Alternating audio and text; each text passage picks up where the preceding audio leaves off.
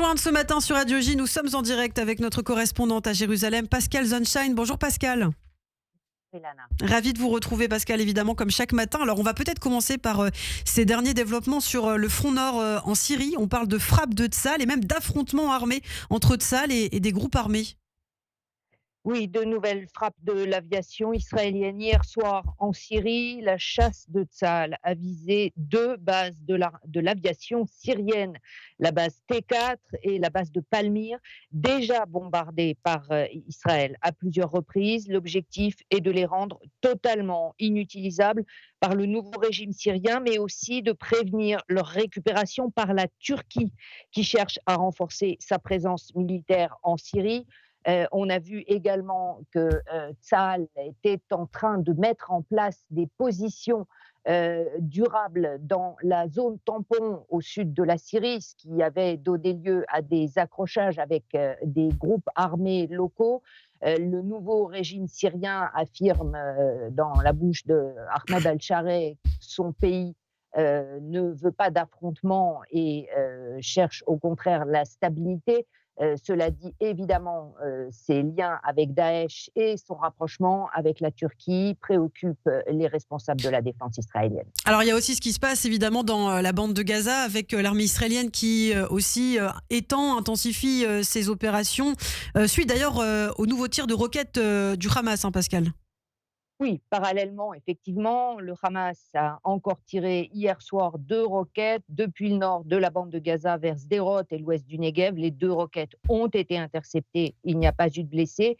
Et Tsahal poursuit donc sa progression dans la bande de Gaza. Hier, Benjamin Netanyahou a confirmé que les forces de sécurité israéliennes avaient pris le couloir de Morag, c'est-à-dire une route est-ouest entre Rafah et Khan Younes, dans le sud de la bande de Gaza. Le Premier ministre a défini cette route comme une route Philadelphie numéro 2, c'est-à-dire un nouveau couloir stratégique pour découper les zones sous contrôle israélien dans l'enclave côtière. Nous sommes passés à la vitesse supérieure, a affirmé Benjamin Netanyahou. Nous accentuons notre pression sur le Hamas étape par étape jusqu'à ce que le Hamas rende nos otages et nous continuerons jusqu'à ce qu'il les libère, a averti le Premier ministre. Le chef d'état-major de Tsahal qui s'est rendu à Gaza hier a également confirmé le plan. La seule chose qui arrêtera notre progression, c'est la libération des otages, a affirmé le général Eyal Zamir.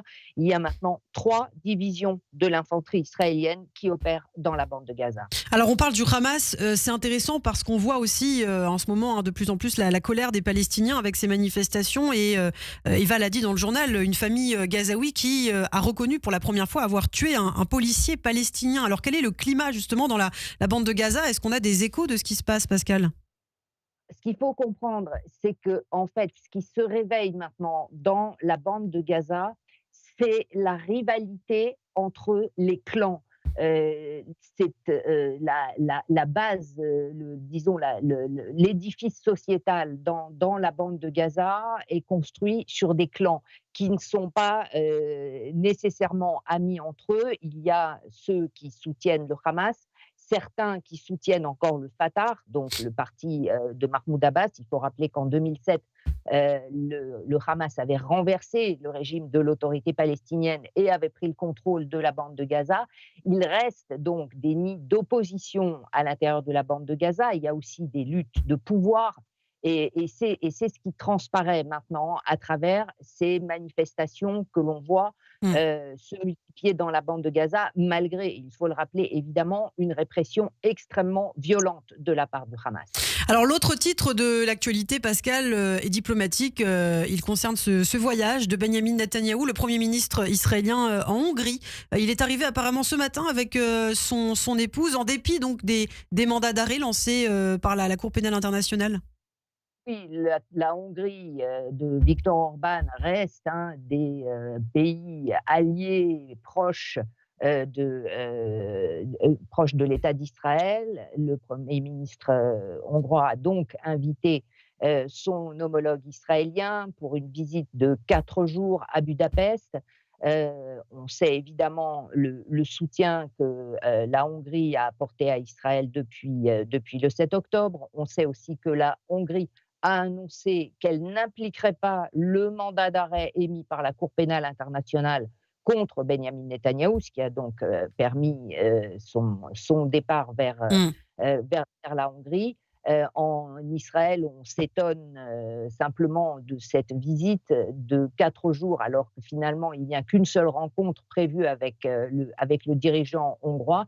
Alors évidemment que l'on connaît tous les sujets pressants et notamment la poursuite de la guerre à Gaza et donc l'absence du chef du gouvernement israélien durant les 4 jours qui viennent. Effectivement, la situation des otages toujours complexe. Par ailleurs, il y a Gideon Sar également qui ne sera pas en Israël, qui s'entretient ce matin aussi en France avec son homologue Jean-Noël Barrot. Oui, là, une visite éclair du ministre israélien des Affaires étrangères, toujours évidemment pour évoquer la situation stratégique au Proche-Orient, alors qu'on l'on sait que la France s'inquiète aussi des possibilités d'une frappe américaine contre l'Iran et la montée de tension entre Téhéran et Washington au cours de ces dernières semaines. Donc c'est aussi sur le dossier iranien que Guy Donsard Mmh. doit s'entretenir aujourd'hui avec son homologue français. Alors, on voulait aussi vous faire réagir, Pascal, à ce qui s'est passé hier sur le mont du Temple à Jérusalem, cette visite d'Itamar Ben-Gvir, le ministre israélien de la Sécurité nationale, qui s'y est rendu après la fin du Ramadan. Alors, quelles sont les suites, peut-être, les derniers développements autour de cette visite? Cette visite s'est déroulée sans incident. Itamar Ben-Gvir, qui a donc récupéré son portefeuille de ministre de la Sécurité nationale, tenait à faire acte de présence sur le mont du Temple.